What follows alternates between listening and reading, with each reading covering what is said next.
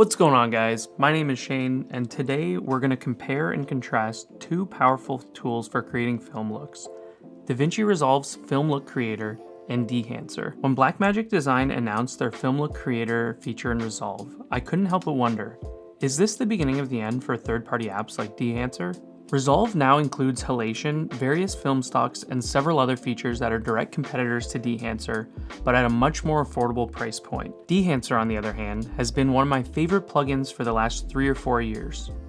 It's helped me develop a style I really love, and it offers an authentic filmic look that's hard to beat. But today, I want to know, does DaVinci Resolve truly compare with Dehancer?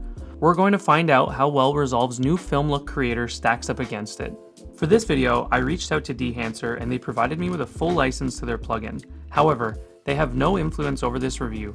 No money was exchanged, and they won't see this video before it's published.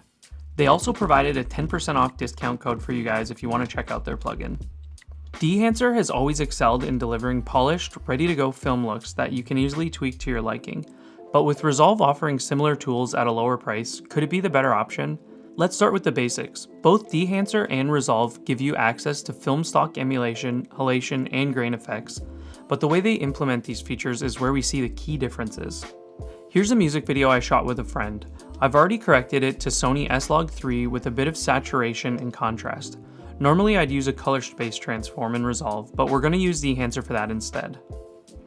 I shot this on a Sony a7S III, so inside Dehancer, we'll set the color space transform to match the S-Log3 Cine profile.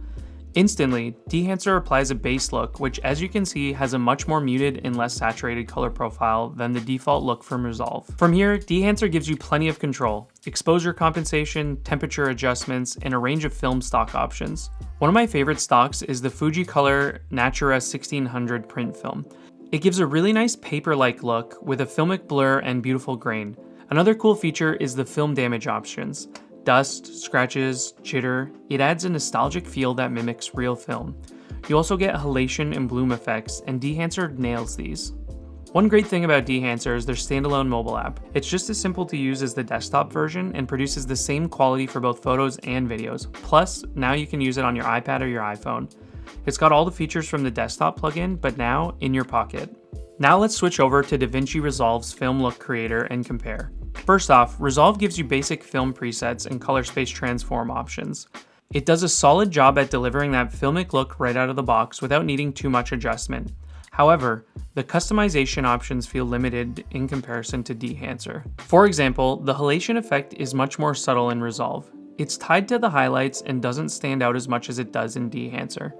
Similarly, the grain effect in Resolve feels much more like an overlay, whereas in Dehancer, it blends more naturally into the image. Resolve also added some film-like effects, such as gate weave and film breath, which give your footage the slight animation of film running through a projector. While they're fun, they feel a bit gimmicky compared to Dehancer's more sophisticated approach. Both apps run smoothly on my M1 Max MacBook Pro, but I find that Dehancer tends to bog down the system when adding a lot of effects. Resolve tended to do this less often. However, both apps require a substantial amount of processing power. Both tools are very stable otherwise. Resolve doesn't usually try to replicate entire third-party feature sets, but it does attempt to give editors a solid starting point for their films. That said, Dehancer provides a far more refined experience. It's easier to use, more intuitive, and overall more dialed in than Resolve's Film Look Creator. Resolve competes with Dehancer on price and seems to be stepping into their territory, but in my opinion, Dehancer holds its ground. The quality of the images that it produces, combined with its simplicity, makes it worth the price. So while Resolve does a great job at giving you a filmic look right out of the gate, Dehancer clearly offers more customization and a more authentic, film-like result. There are a few key differences that might help you decide which one is right for you. If you're looking for a quick and easy solution and don't want to spend a lot of time tweaking, DaVinci Resolve's Film Look Creator is a great option. It delivers solid results without much effort and at a lower price than Dehancer. But if you're like me and you want total control over every little detail, Dehancer is still the top choice. Its fine-tuned halation, grain, and film damage effects, along with its vast selection of film stocks, make it the better option for those looking for precision and a more authentic look. At the end of the day, it's up to you and your project's needs. There's definitely a time and a place for both tools in my toolkit, but Dehancer is my go-to for that real film aesthetic. If you made it to the end, thanks for watching.